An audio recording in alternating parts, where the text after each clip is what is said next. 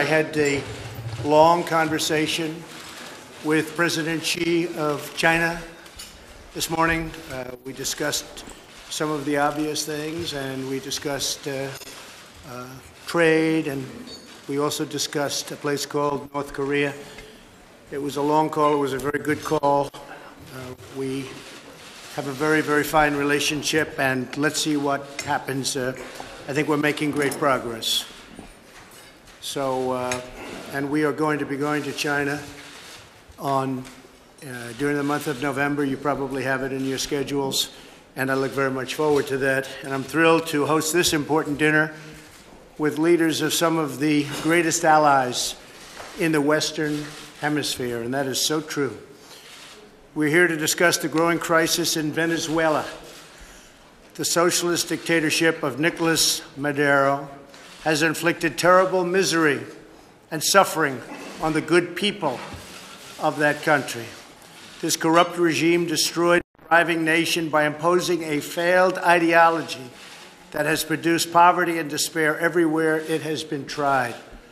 To make matters worse, Maduro has defied his own people, stealing power from their elected representatives to preserve his disastrous rule.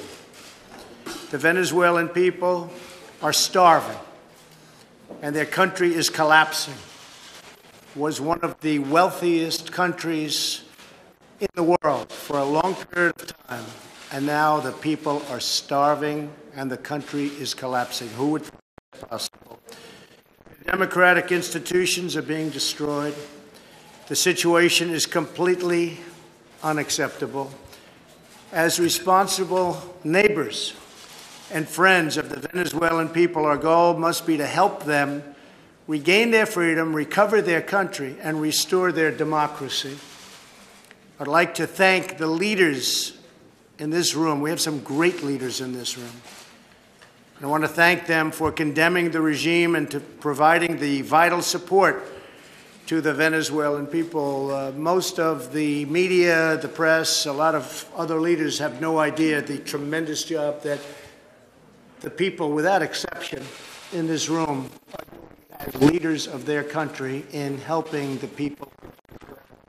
And I can tell you, we really appreciate it, and the world really appreciates it. So thank you all very much. We appreciate that so much. The United States has taken important steps to hold the regime accountable.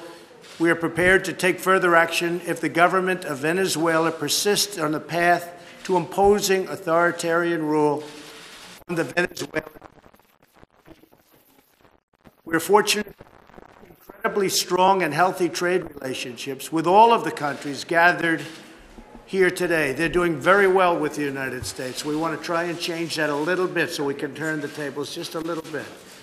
You're doing very well. I congratulate you all. Nikki knows exactly what I'm saying, and Rex knows exactly what I'm saying. But we have great relationships, and we do great trade.